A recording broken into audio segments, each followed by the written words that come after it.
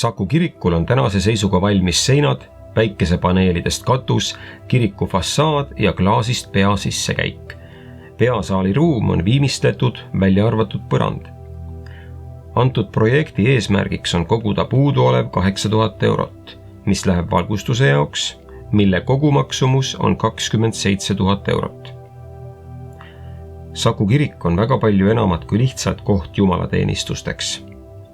Seal saab olema ka hea koht korraldada kontserte, pulmi, matuseid ja noorte huviringe. Saku kirik on üks väheseid kirikuid Euroopas, mille katusele on paigaldatud päikesepaneelid.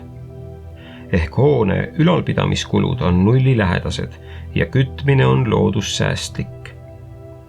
Samuti tulevad kiriku kõrvale ka elektriautode laadijad, mida on kõigil võimalik kasutada. Saku kiriku täielikust valmimisest on puudu veel umbes 250 000 eurot, mille eest tuleb kirikule näiteks moodne digiorel ja võimsad kirikukellad. Nagu kõige muuga, võtavad suured projektid aega ja sihikindlust. Suurem osa on juba valmis ning usume, et kõigi ühise toetusega saame Saku kiriku sissekolimisvalmis juba selle aastanumbri sees. Tegime ka küsitluse Saku inimestega, kas ollakse kursis ja mida arvatakse Saku kirikust ning selle ehitusest. Kas te teate midagi Saku kiriku uue hoone valmimisest? Sõidan sealt suht väga tihti mööda, iga päev peaaegu, ja tean, et seda valmistatakse, aga nagu rohkem ei tea, et ise seal ei käi.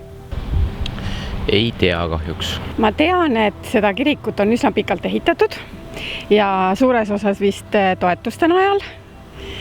Ja sees ei ole käinud, aga väliselt tundub väga kaunis. Ja kui see kunagi valmis saab, siis kindlasti need kirikukontserdid on see, mida ma ootan. Jah, pidevalt olen näinud seda, kui ma Selveri poole sõidan. Ja tean küll, aga mitte väga palju. Ma tean, seda ehitatakse. No miks ma ikka tean, ma jalutan iga päev koeraga, nii et me käime terve Saku läbi, nii et näeme, kuidas kirik kerkib. Ja ma olen kuulnud sellest ja ma olen reklaama küll näinud.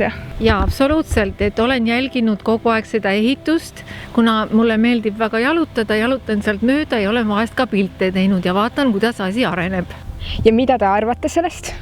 Ma arvan, et last olla seal, et kui huvilisi on, kes seal käivad, et siis ju võib olla. Mina ise ei ole religioosne inimene, aga ma arvan, et kogukonnale on sellist hoonet vaja. No minu arust on hea plaan, et tore, et see ehitatakse siia. Ja ma arvan, et see on positiivne, sellepärast,